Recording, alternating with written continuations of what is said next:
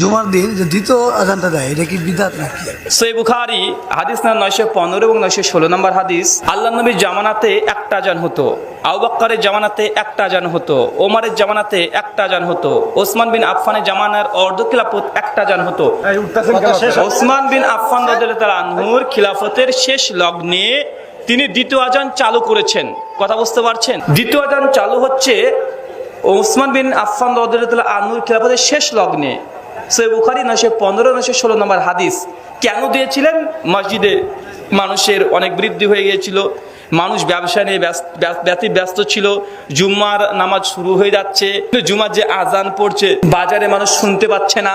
এই জন্য ওসমান বিন আফফান রাদিয়াল্লাহু আনহু তিনি করলেন কি, তিনি জাওরা নামক জায়গায় একটা বাজারের মধ্যে দ্বিতীয় আজান চালু করলেন, যেন মুসল্লিরা তারা বুঝতে পারে এখন জুমা শুরু হচ্ছে। কথা বুঝতে পারছেন? যেহেতু এখন মাইক্রোফোনের মাধ্যমেই দ্বিতীয় আজানের উদ্দেশ্যটা প্রথম আজানের মধ্যেই সংশ্লিষ্ট হয়ে যাচ্ছে। মানে ওসমান বিন আফফান রাদিয়াল্লাহু আনহু দ্বিতীয় আজান দিয়েছিলেন কেন? কারণ বাজারের মানুষ নবীর সুন্নতি আজান শুনতে পাচ্ছিল না।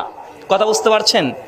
এই জন্য দ্বিতীয় আজানটা চালু করা হয়েছিল, ওসমান বিন আফফান তিনি চালু করেছিলেন। যেহেতু এখন বর্তমান প্রেক্ষাপটে নবীর সুন্নতি আজানটা মাইক্রোফোনের মাধ্যমে দেওয়ার কারণে ওসমান বিন আফফান রাদিয়াল্লাহু আনহুর দ্বিতীয় আজান দেওয়ার উদ্দেশ্য পূরণ হয়ে যাচ্ছে, তাই দ্বিতীয় আজান দেওয়াটা উচিত নয়।